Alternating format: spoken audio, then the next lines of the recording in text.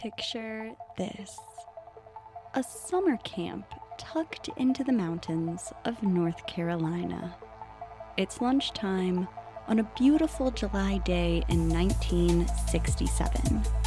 Kids are shooting archery, riding horses, getting ready for the afternoon. The sky is clear.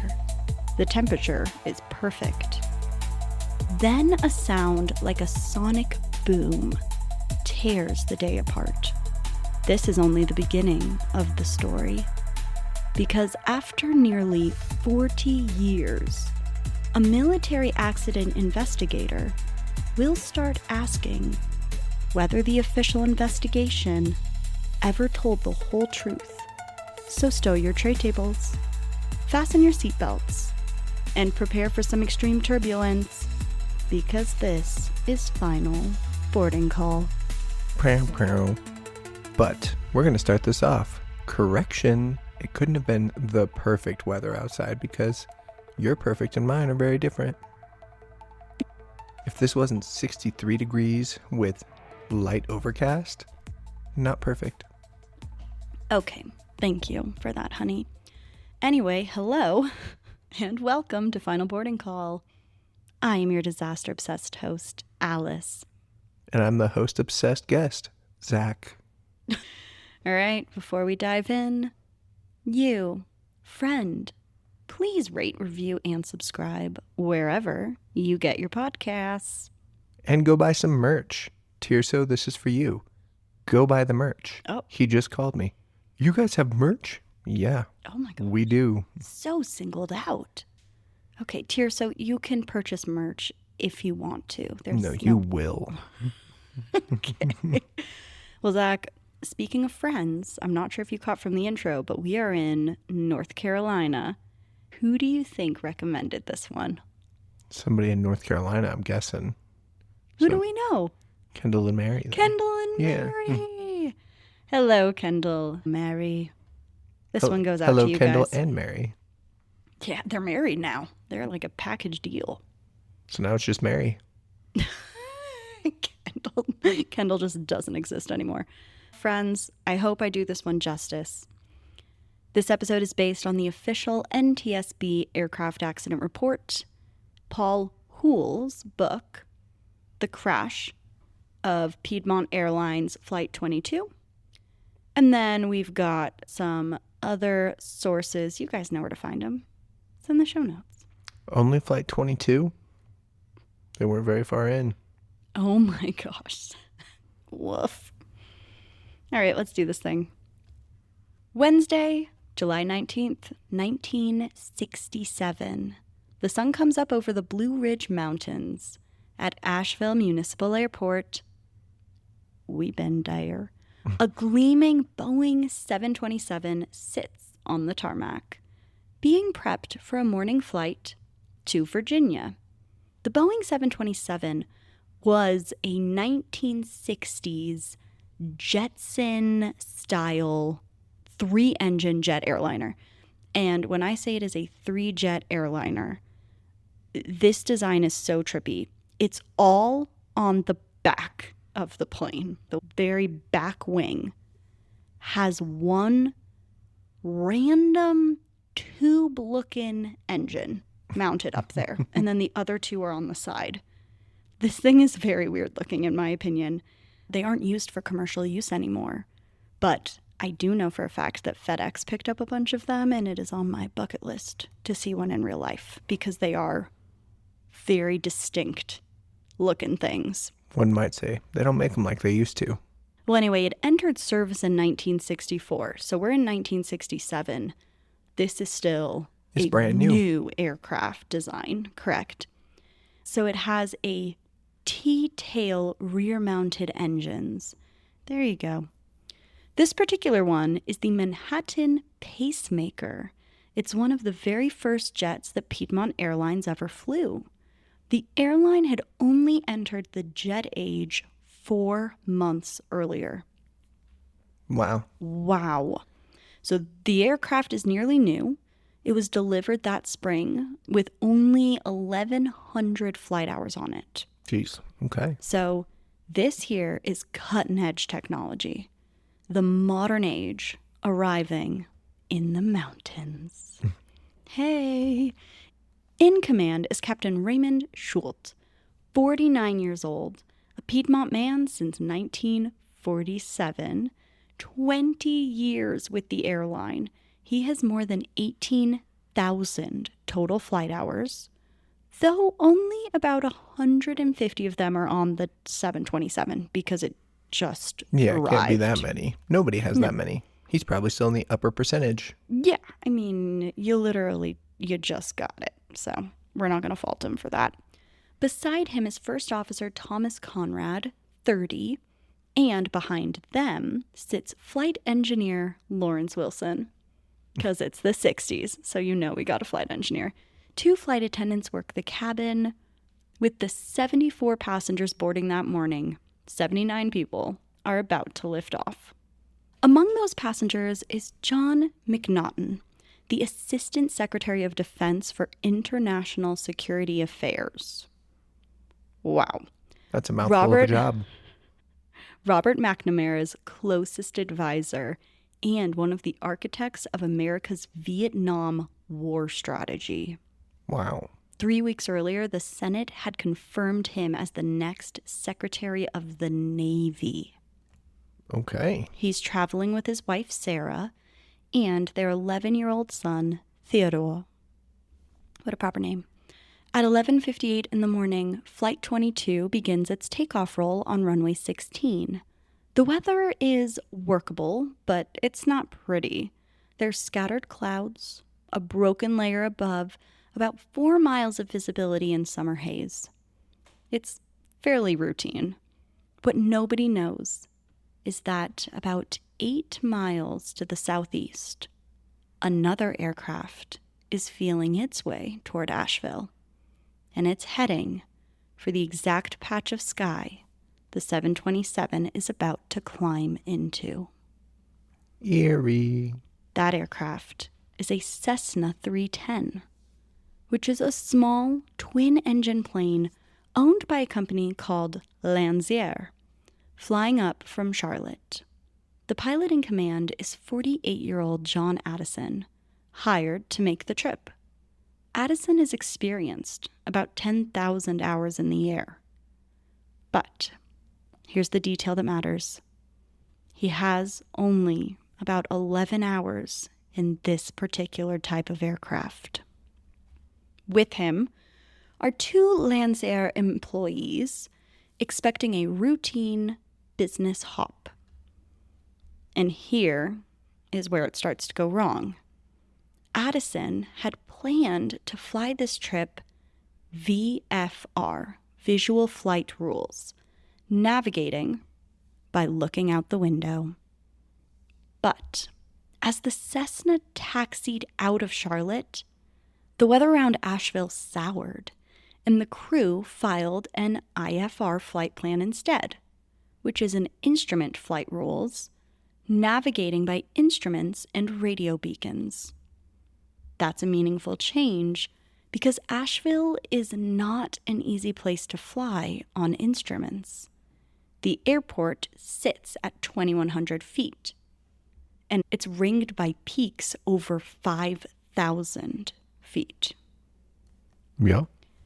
It demands precise navigation along specific approach paths. Now, picture the controller's world. His name is Jack Goforth, and he's working both arrivals and departures at once. Overloaded controllers. And he has no radar. None. There's no screen showing him where these planes actually are. Instead, he is doing what's called procedural separation. That means that he is keeping aircraft apart by having them report when they pass over specific navigation beacons and building a picture in his head from those reports. So it is mental chess, and it's played blind. And you're playing 6 games at once. Oh, I'd be so bad at this. It technically works, as long as every pilot navigates precisely, reports accurately, and understands every instruction perfectly. At about 2 minutes before noon, Goforth gives the Cessna a clearance. And this is the sentence the whole disaster turns on. He says, 312 Sugar, cleared over the VOR to Broad River. Correction, make that the Asheville radio beacon. Okay, so let's break that down. A VOR is a radio beacon that broadcasts signals a plane can follow. It's like an invisible highway in the sky. The Asheville VOR sits right over the airport. Okay. The trouble is that Goforth says Broad River first. Then he corrects himself to Asheville Radio Beacon. It's two different beacons in two different directions. And in that half-second slip, a seed of confusion gets planted. Because here is what's happening inside of that Cessna. The crew is expecting an ILS approach, an instrument landing system approach, the kind that uses radio signals to guide a plane down to the runway. They are expecting it because the planes ahead of them have been given ILS approaches, and their radios are set up for exactly that. And the primary fix for the Asheville ILS approach, which is the beacon you navigate to first. This is our first stop, our first check-in, is the Broad River beacon.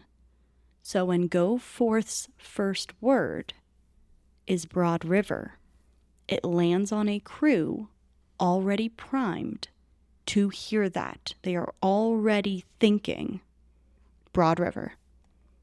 And then they hear the controller say, Broad River. So they are confirmed. Broad River. Except the clearance was actually to the Asheville radio beacon. I was just confirming that in their heads they were confirmed. Yes, yeah. That's exactly it. They're like, oh yes, perfect. We know exactly where we're going. And those words just came out of the controller's mouth. Phenomenal. Except they're about to go to a place that in his mental chess game head, they should not be. Yep. Because there's going to be another plane there. Oh, the Cessna turns southwest, which is not what they should have done. They should have gone northwest. And they are now heading toward the climbing 727. And the moment to catch it slips by. A proper readback. The pilot repeating the clearance back in full might have exposed a misunderstanding, and it would have given time for correction. But the Cessna's acknowledgement is just a clipped 3-2-1 Sierra. No full readback. And in this era, none was required. They didn't have to do anything. Naturally. Goforth doesn't press for one. The picture in his head, his chess game, looks great. Meanwhile, Flight 22 is rolling. Goforth had ordered the jet to hold runway heading until 5,000 feet, a deliberate move to keep it clear of the Cessna's airspace. Because the Cessna's supposed to be over the airport.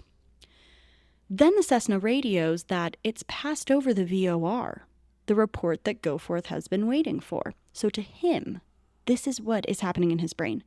That means the Cessna is clear and moving away. So at just before 12:01, he releases the restriction and he clears Flight 22 to climb unrestricted toward the VOR. But the Cessna is not moving away. It's tracking toward Broad River, straight into the jet's climb path. Goforth has no way to know. There is no radar. In his mind, the sky is clear. It is not clear. At 12:01, and 11 seconds, 7 seconds before impact, Flight 22 makes its final radio call. Piedmont 22 passing through 546, which is 5,000 feet climbing to 6. The voice is very calm. This is a routine call, and they have no idea. 7 seconds later, the two aircraft collide. At 12:01 and 18 seconds, at an altitude of 6,132 feet, the nose of the Cessna strikes the forward left side of the Boeing 727, just behind the cockpit. The two planes are closing at a combined speed, what's called a closure rate, of more than 400 miles an hour. There is no time for anyone to react. Not to mention it's hazy and they don't have more than 4 miles of view anyway. And that gap closes very fast at that kind of speed. So the Cessna weighs about 5,000 pounds. The 727 weighs 150,000 pounds. The collision is pure physics, and it is pure horror. The Cessna disintegrates instantly. The 3 people inside die in the same heartbeat. The Cessna's left engine punches clean through the 727's aluminum skin, and it lodges in the lower forward fuselage, where investigators will later find it, the single largest identifiable piece of the small plane. And the hole tears the jet open. The 727's cabin is pressurized, held at a higher pressure than the thin air outside, so the people inside can breathe comfortably at altitude. We've covered that a lot, but it is a fascinating concept. When the fuselage is breached, that pressurized air blasts out through the opening. Think of puncturing a can of Pillsbury dough. Big boom. Yep. That pressurized air blasts out through the opening, and several passengers near the impact are pulled out. You see it in movies and you're just like, that can't be real. I promise people it is very real. So real. On the ground, witnesses see bodies falling from the sky, some still strapped into their seats. One falls through the roof of a house and into the living room. A flight attendant's body comes to rest on the median of Interstate 26. But the worst of it is structural. The collision compromises the integrity of the airframe, and the tail section breaks away. Without a tail, the jet has no directional stability. It rolls left, then over onto its back until it is flying completely inverted. Upside down, nose dropping, engine still screaming at full power, the 727 enters a vertical dive. From impact to dive, we are less than 10 seconds. Wow. This is happening very fast. On the ground at Camp Pinewood, a 19-year-old counselor named David Sitton is crossing an open field. He's home from college for the summer and he's working at the camp. And today is actually his day off. He hears the explosion. Within seconds, horses are throwing children, campers are scattering for the woods, and everyone is staring upwards. Sitton looks up too. Directly overhead, a Boeing 727 seems to hang motionless in the sky, with a Cessna buried in its side. Then the tail erupts, and the jet starts coming down, tumbling end over end, engines howling, and Sitton sees the people falling. Wow. Passengers and crew, some still in their seats, others are free falling through the air. The main fuselage is coming down directly toward him. He runs, but the wreckage seems to track him, and he can't get clear. And then about 100 yards from where he stands, the length of a football field, the fuselage hits the ground. That's got to be the most intense moment of any person's life ever. I cannot even comprehend what that man went through. And I mean, he's a boy. He's 19 years old. Yeah. That is insane. The trauma of seeing humans falling from an airplane and then experiencing that kind of magnitude of a catastrophe, God, it's crazy. The impact, as I'm sure all of us can imagine, is massive. The 727 strikes a wooded area near the camp's archery range, just 200 feet off the interstate. Wow. And this is obviously, this is a really dark one. This one is really, really horrible. But thank God that it did not hit the interstate, because that is always just added poop on a poop story. Yeah. And I think, unfortunate reality, if it did do that, is people don't exactly pay the most attention on the interstate. You would think they would, because it's the fastest speed, but it's also the most stable, straight. You don't have to make quick corrections, so people tend to peruse around a little bit. Oh, yeah. We have told a story of people crashes, and it happens, unfortunately, not super uncommonly when there are plane crashes. Well, there is a fireball from this crash, and it throws up a massive mushroom cloud visible for miles. Trees 75 feet tall are incinerated in an instant. Sitton dives under a pine thicket as debris rains down around him, missing him by feet. And when it finally stops, he is alive. He's lying in the brush, surrounded by burning wreckage, and the knowledge that everyone above him is gone. A local rescue squad member named Grady Walker lives nearby. He sees the collision and he runs to the camp, herding the children away from the crash site as secondary explosions go off. This plane just took off. Yeah, there's a lot of fuel, a lot of everything. There are 145 kids at that camp, age range 6 to 14 years old. Walker and the counselors get every one of them clear. Not a single child is hurt, but every person on both planes, 79 on the 727 and 3 on the Cessna, has perished in this crash. And somewhere in that wreckage lies John McNaughton, the man who might have changed the course of the Vietnam War, along with his wife and his young son.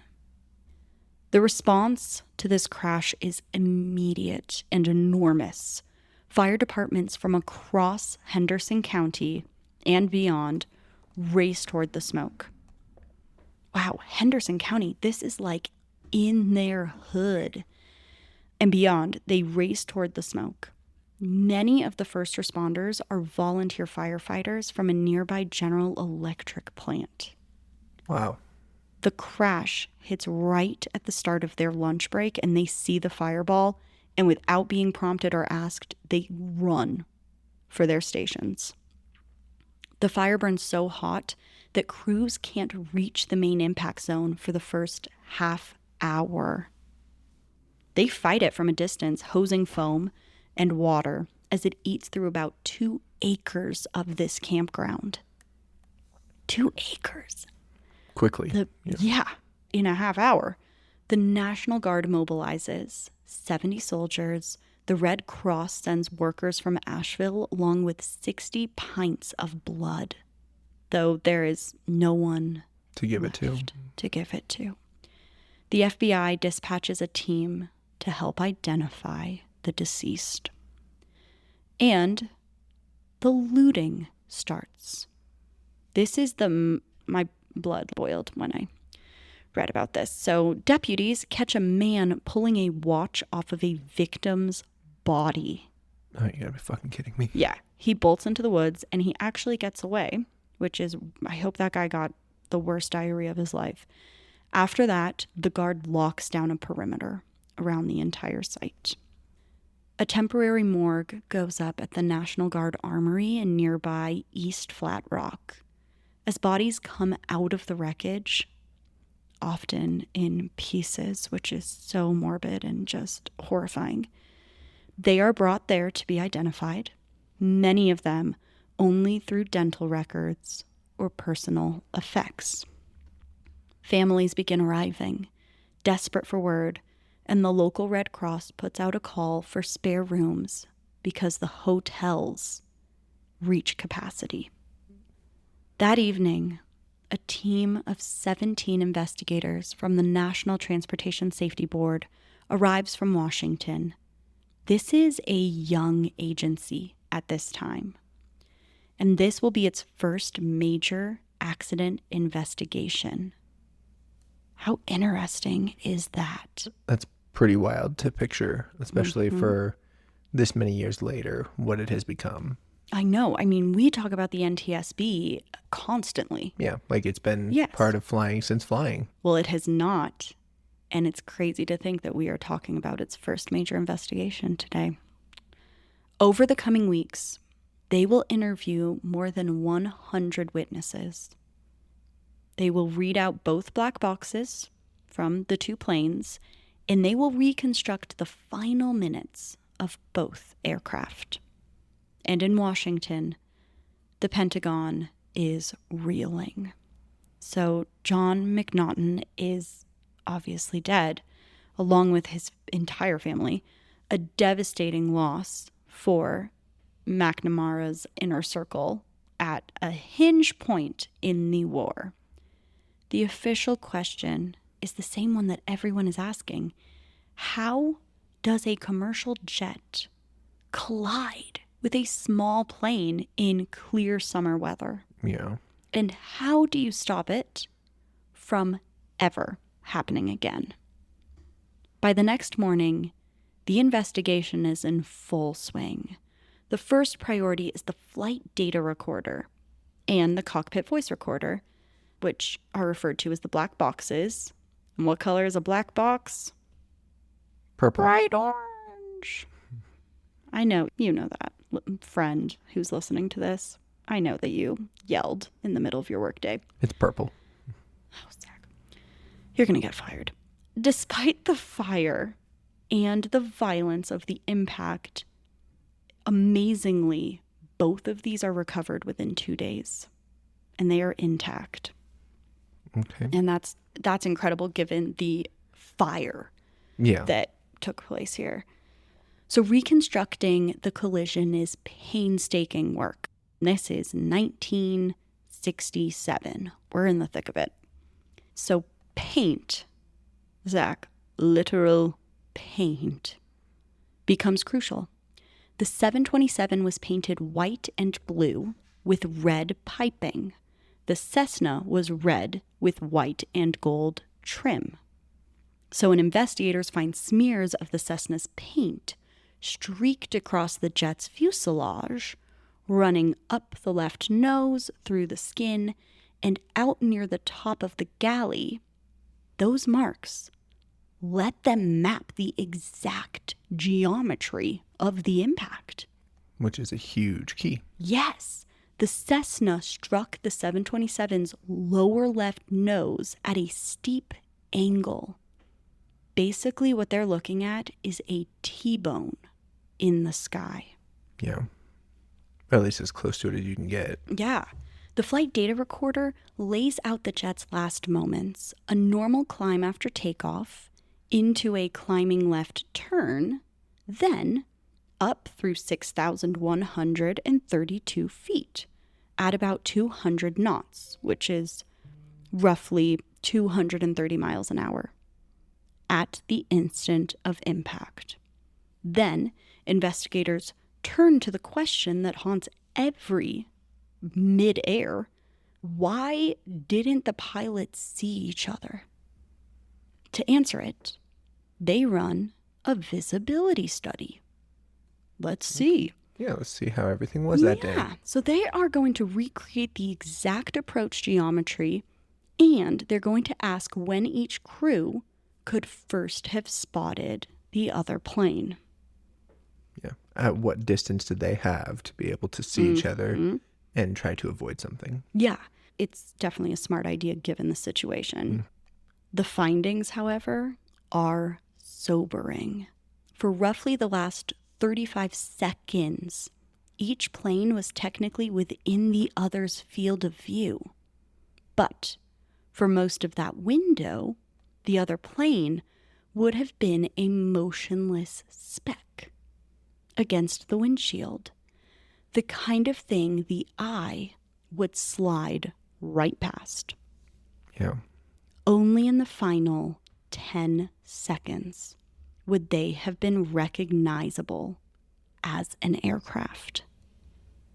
10 seconds. Coming dead straight. 10 seconds when you're going that fast combined speed is... 10 seconds has got to be close to a mile. It's going to be very fast. So both planes had cockpit window posts that would have blocked the other from view for part of that time as well. They literally have a blind spot in the window. Add in the fact that it was hazy, which you brought up earlier, and the broken clouds that they were flying through, and the conclusion is very grim. Under these conditions, see and avoid, that was not an option. The human eye would not have saved these aircraft. So, the real question then becomes, how the hell did these two planes end up in the exact same spot at the exact same time? Yeah. And the answer, as we know, because I'm telling the story to you backwards, is the Cessna's flight path. Yeah. Put them there. It wasn't where it was cleared to be. So Goforth had cleared it from the Asheville VOR to the Asheville radio beacon off to the northwest, and instead it tracked southwest toward Broad River, straight into the jet's climb. The investigators reconstruct the chain. The Cessna crew had been told earlier to expect an ILS approach, and they'd set up for it.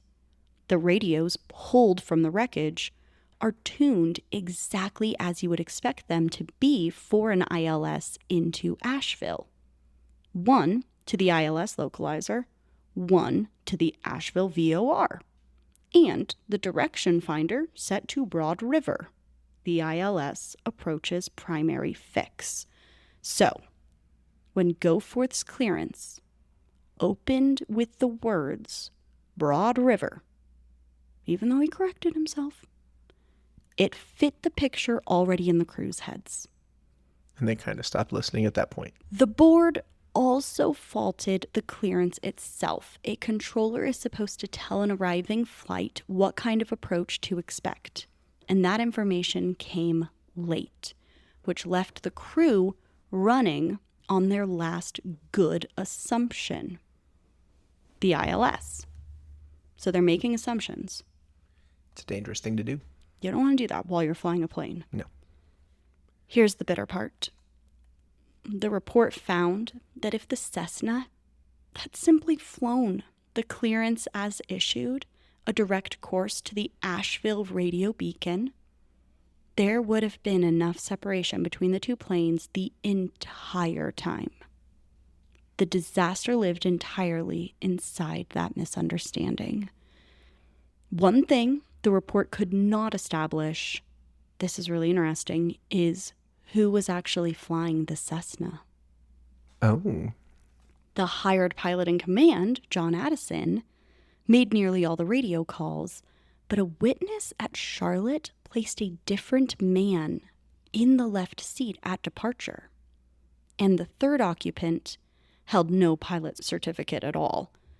The board couldn't, because it's not definitive, the board never pinned down who had controls when the plane turned the wrong way. Yeah, you can't put that blame on anybody if you Don't can't know. actually say it was this person. So the NTSB lands on a probable cause: the Cessna's deviation from its clearance into airspace assigned to the 727. The board says plainly that it cannot identify the specific reason for that deviation. And it names a contributing factor: the minimum control procedures the FAA was using to handle the Cessna, the confusing clearance, the late approach information, the absence of any safety net to catch the error. So this report was comprehensive, it was definitive, and the case was closed. But it didn't stay that way, because nearly 40 years later, a military traffic accident investigator named Paul Houle starts pulling at the threads, and he doesn't like what comes loose. First problem is the cockpit voice recorder.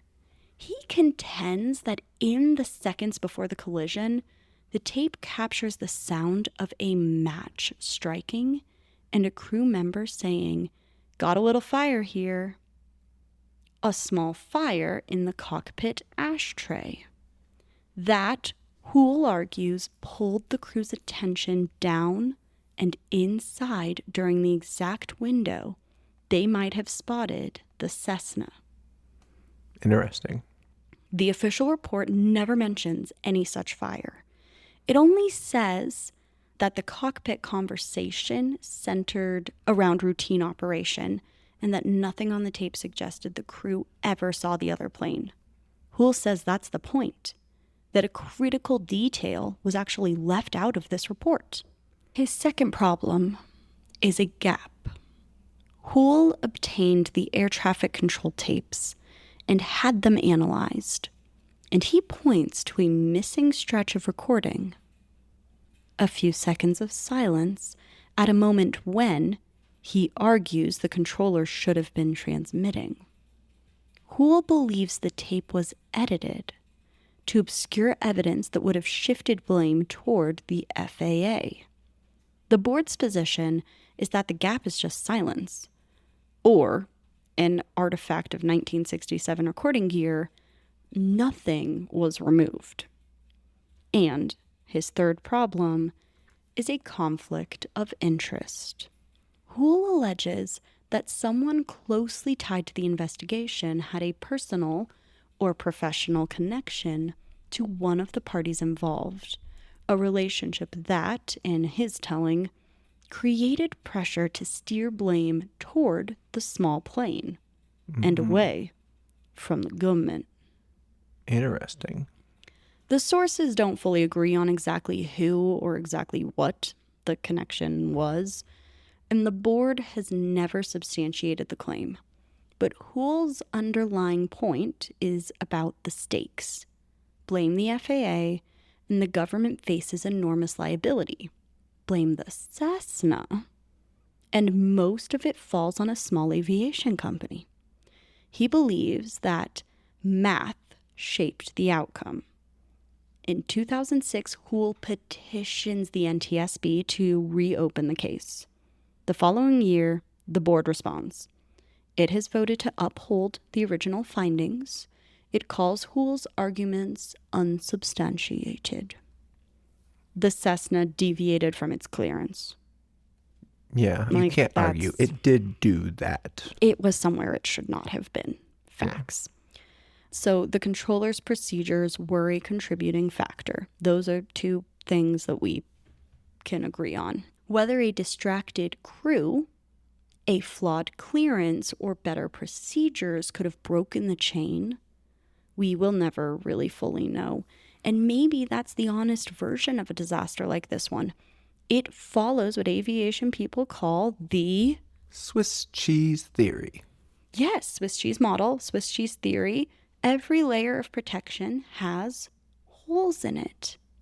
And catastrophe happens when the holes in every single layer of all the things it takes for transportation to get from A to B, when they line up at the exact wrong moment. And that's absolutely what happened in this one. In the months after the crash, families file more than a dozen lawsuits seeking millions in damages. The government, Piedmont, the Lancier eventually settle. No criminal charges are ever filed. For Piedmont, it's another in a string of fatal accidents the airline had already suffered. But it doesn't fold. Instead, it doubles down on safety. It pushes faster to an all-jet fleet, and it goes on to become one of the most respected regional carriers in the country before it merges with U.S. Air in 1989. The human cost runs far past the courtrooms. So John McNaughton, his wife Sarah, and their son Theodore are buried together with Defense Secretary McNamara at the service. And many historians believe McNaughton's death changed the trajectory of the Vietnam War, which is crazy to think about. McNamara later wrote that McNaughton was the one man with the intellectual weight to pull him, and President Johnson back from escalation. So those are two important people to be able to talk down from a cliff. Yeah. With that voice gone, the caution went with it, and within months, Johnson approved the troop surges that drove American involvement in Vietnam to its peak. The crash's mark on aviation safety is undeniable. Within weeks, President Johnson requests emergency funding to hire more air traffic controllers. Okay, good. Hey, imagine that. That grows into a national push to install radar. At scores of airports, a regional tragedy turned national priority. Some say precisely because of who died on that plane. Asheville gets its first radar system in 1970. The controllers, who had been working blind, tracking planes on paper and in their heads. Insane. They finally get screens that show them where the aircraft actually are. Yeah. Jeez Louise. It was such a common thing at one point. No, I know, it's so scary. And the board's call to develop a collision avoidance system seeds the research that eventually becomes TCAS, which is the Traffic Collision Avoidance System. And that is the thing that notifies two aircraft when they get transponder signals that show them as too close. So one pull up, one push down, or one go left, one go right. At this time, it's traffic. And then if a collision looms, it would tell each pilot what to do, giving them opposite commands. So they pull apart. However, it wasn't mandated until the 1990s, after another crazy incident happens. Stay tuned for that story. But the work that made it possible started here with Flight 22. Had TCAS existed in 1967, it would have lit up the cockpit the minute, before impact, and it would have shown the crew exactly where the Cessna was. And the collision, in theory, wouldn't have happened. In theory, yeah. That's all I can speculate. In 2004, a permanent memorial went up near Hendersonville, listing all 82 names, including the final 3, the people aboard the Cessna. On the 50th anniversary in 2017, a bell rang 82 times. And at 1 minute past noon, the moment of the collision, a vintage aircraft flew overhead. Bill Farmer, who was 15 when his father died on Flight 22, spoke at that ceremony. "I came back from practice and I saw it on the news," he said, having no clue that my dad was on that plane. His niece put it more simply. "I've been robbed of my grandfather all these years." David Sitton, the counselor who watched it fall and nearly died beneath it, carried that minute for the rest of his life. He passed away in 2013, but his account remains one of the most vivid that we have of that day. Yeah, just sheerly off experience, I would believe that. Unbelievable. And the controversy actually hasn't gone quiet. So Houle published a book in 2016. The NTSB has never changed its findings, but his work keeps the questions alive, and maybe that's fitting. Maybe a disaster that is this tangled shouldn't have a clean, comfortable ending. On July 19th, 1967, 82 people boarded 2 aircraft expecting to reach their destination, and none of them did.